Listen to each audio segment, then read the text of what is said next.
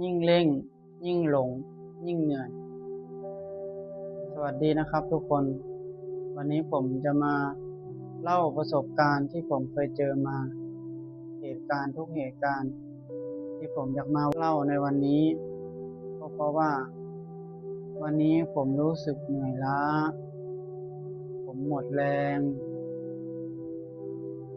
เหมือนผมไร้ที่พึ่งผมทำอะไรไม่สำเร็จเลยผมพยายามทำเต็มที่แล้วแต่มันก็กลับชีวิตวกวนอยู่ที่เดิมทุกๆเช้าผมตื่นมาในหัวของผมคิดว่าผมต้องหาตังค์ยังไงชีวิตนี้ผมต้องดำเนินการไปอย่างไรและต้องทำอะไรผมมาอ่านคลิปนี้จริงๆแล้วผมก็ไม่รู้จะพูดอะไรแต่ว่าผมอยากอ่านคลิปนี้ให้ทุกคนได้ฟังกันว่าทุกคนเคยเป็นเหมือนกันไหมเป็นเหมือนผมไหมคิดในหัวว่าอยากรวยอยากมีเงินอยากให้จิตใจสงบอยากอยู่แบบเงียบๆอยากไปเที่ยวไม่อยากไปทำงานอยากอยู่ในห้อง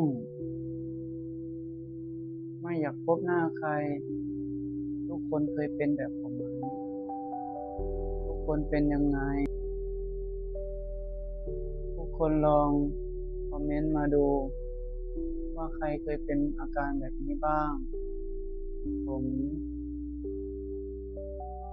อยากออกมาพูดให้ทุกคนได้รับฟังกันว่าอาการของผมทุกวันนี้ถึงแม้ว่าใจมันจะเหนื่อยล้าร่างกายมันจะอ่อนแรงแต่ผม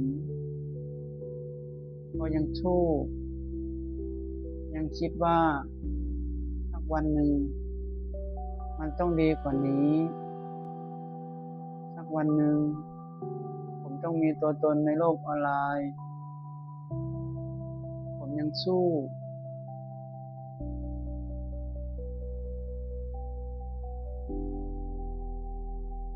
ถึงแม้วันนี้